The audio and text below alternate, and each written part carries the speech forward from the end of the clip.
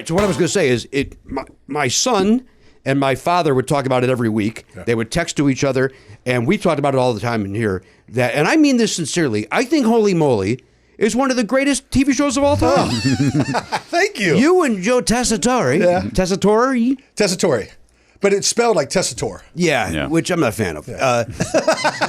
Who also, I've communicated with him via emails. He's a very nice man. Yeah. He had the great job. I mean, honest to God, coming from sports, still one of the best straight men in the history of straight men. Joe is fantastic. Right? He's absolutely fantastic. He is the quintessential, he is a gentleman, like a real gentleman and a true professional in the craft of sports announcing. Yeah. He takes that stuff seriously. He does his homework. He does the research. He finds out the stories. He gets he really, it's really awesome to watch him work. Because I've also gone and visited him off season when he's calling a game, when he's calling because he calls a lot of boxing and he calls a lot of college football. Mm-hmm. So I've been over to SoFi just to hang out with them, right? You know, and to watch the prep he does and all the pages and the stories. And he is really wonderful and just a gentleman in life. Like he goes, Rob, have you had the bajuli? Because he's Italian. So he's always telling me about these, Italian dishes that I have no idea. And he really enunciates the words, and right. He hits it.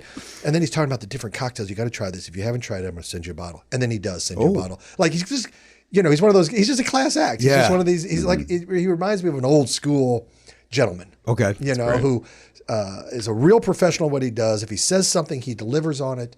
It's not just a throwaway thing like, I'll get you a bottle. No, if he says he's going to get you a bottle, the next thing it arrives at your door, with a note, a handwritten note. And you're like, Jesus.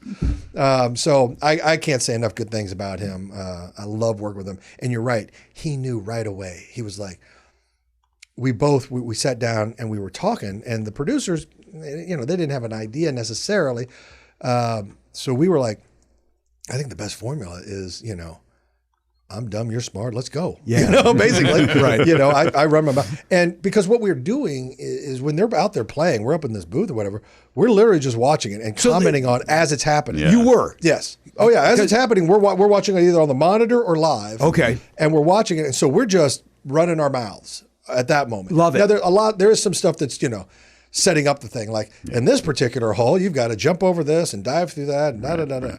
So, there's a lot of setup, but that stuff is kind of written. Mm-hmm. The other stuff is just us talking about it. Yeah. And so Joe got on board right away. Like he knew if I was going big, he knew he had to be the advocate for the audience. Yeah. Right? He knew he had to be like, well, hold on a second, Rob. I don't think that, and that's that's why it flies. Yeah. Yes. If he was trying to top me with a one-liner, that's heavy lifting, man. That's pushing a rock up a hill. Right. So, he's a natural. He's a natural. You guys were so great together, and there were times it looked like, and they would always cut the commercial or something, and I'm glad to hear you guys were doing it in the moment, because every now and then it would look like maybe you guys were watching it on tape and then trying to, do play-by-play to something that's already been shot. But the fact, and maybe with some lines being fed to you, but knowing now that it was live makes it even more exciting. And there were times where it looked like he literally was spit-taking on shit you would say. Yes. And then they would go to commercial. But to me as a viewer, Rob, I'm in the business, and I would, and I'm, all jealousy aside of, oh God, I wish I had Riggle's job. That looks like it'd be great. Yeah. You guys were so great together. I had no jealousy. I just got to watch it as a dad with my son, and then talk about it with my dad. It was multi-generational. It was just such a great, fun show. Thanks. I'll give the director a lot of credit. Okay, because he would have funny thoughts, and he would just be this next one coming up is from, it's here and here and whatever. And just give you plant a little seed and then back away.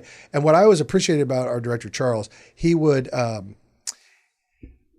keep the camera rolling nonstop. It rolled the whole time. So when Joe and I got done and we were just sitting there, because it was cold, so we were shooting the shit because they're always resetting for these people to get ready to, to bring out a new group, or they move to get all the cameras to a new hole or whatever.